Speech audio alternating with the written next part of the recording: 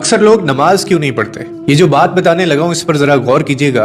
एक दोस्त ने अपनी नमाज शुरू करने की वजह बयान करते हुए कहा कि मैं बहुत आसानी से नमाजी बन गया। पूछा गया कैसे, तो बताने लगा कि एक दिन मैं क्लास में बैठा हुआ था और इस्लामियात का मजमून था। उस्ताद आए और सवाल किया कि आपके ख्याल में लोग नमाज क्यों नहीं पढ़ते।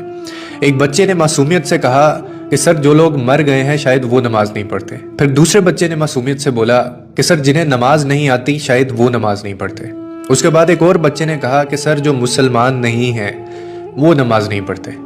फिर एक और तालिब इल्म उठा और कहने लगा कि जो लोग अल्लाह से नहीं डरते सर वो नमाज नहीं पढ़ते। वो कहने लगा मैं ये सब सुन रहा था कि अचानक मेरे दिल में एक सवाल उठा और मैंने खुद से कहा कि मैं तो जिंदा भी हूँ, मुझे नमाज भी आती है और मैं मुसलमान भी हूँ और मैं अपने रब से डरता भी हूँ, फिर मैं क्यों नमाज नहीं पढ़ता। कहने लगा मैं खुद ही अपने सामने खड़ा हो गया क्योंकि मेरे पास कोई जवाब नहीं था और मुझे खुद से घिन आ रही थी।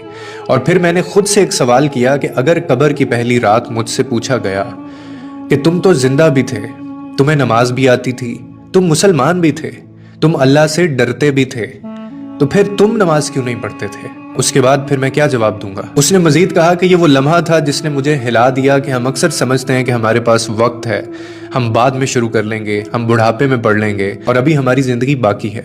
मगर हकीकत ये है कि मौत किसी वक्त का ऐलान नहीं करती। अगर आप नमाज नहीं पढ़ते तो आप अंदर से खाली हो चुके हैं।